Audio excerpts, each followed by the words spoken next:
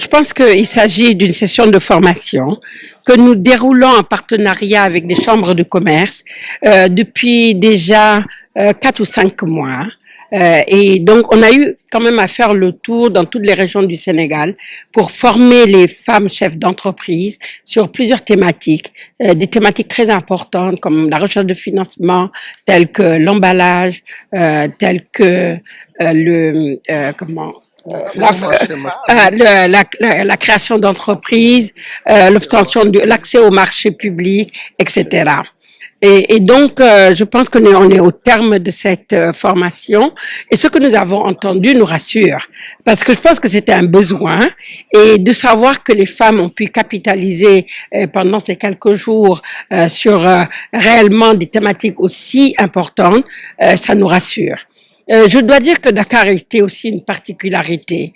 J'ai dit que nous avons déroulé dans toutes les régions, mais la région de Dakar, a remporté plus ou moins la palme par le nombre de chefs d'entreprise formés, par l'impact qui est attendu, plus de 20 000 personnes qui seront concernées parce que derrière ces femmes qui sont là, il y a d'autres femmes qui adhèrent, d'autres chefs d'entreprise qui adhèrent à ces GIE.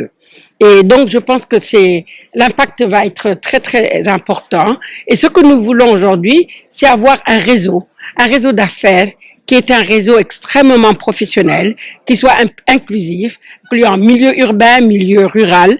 Dakar est le milieu urbain, évidemment, mais on a déroulé ces formations aussi en milieu rural. Et je pense que c'est très, très, très important. Et je voudrais insister sur un point, c'est le suivi.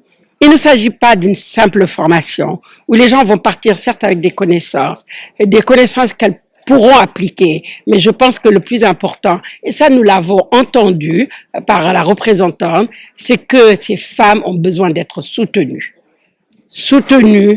par le gouvernement du Sénégal à travers le programme sénégalais pour l'entrepreneuriat des jeunes, mais également par la Chambre de commerce dont les missions, c'est effectivement de former et d'accompagner. Donc, je pense que on fera un peu un bilan d'étape dans quelques mois et j'espère que les résultats seront satisfaisants.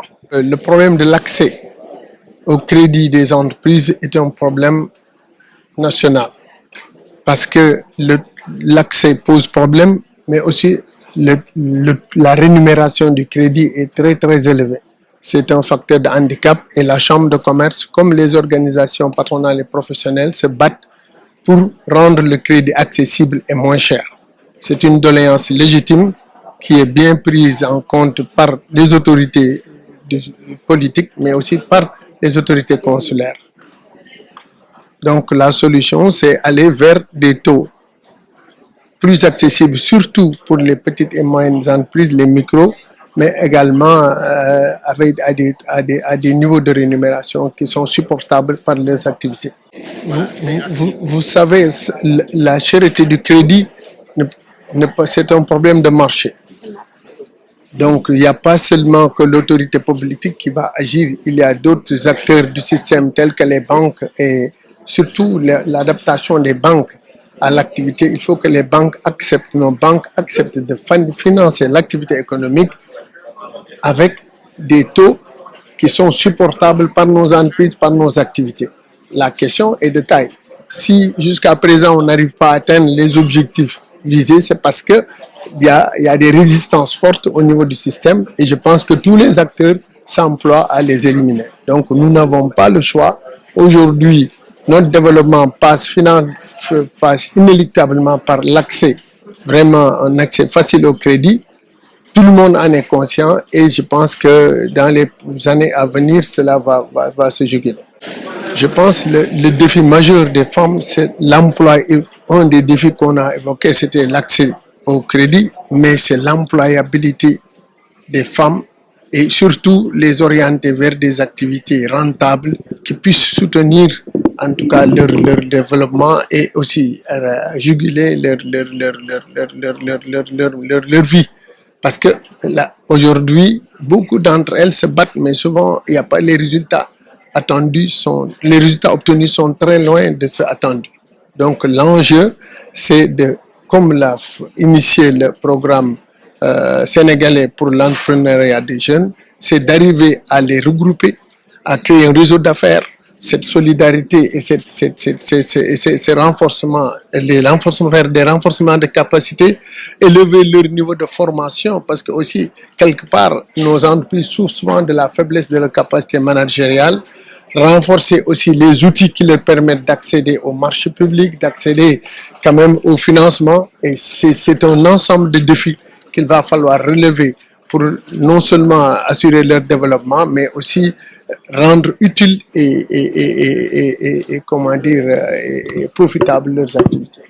C'est, comme je l'ai dit tantôt dans mon propos, la Chambre de commerce a comme mission d'informer, de former et d'encadrer, d'accompagner les opérateurs économiques.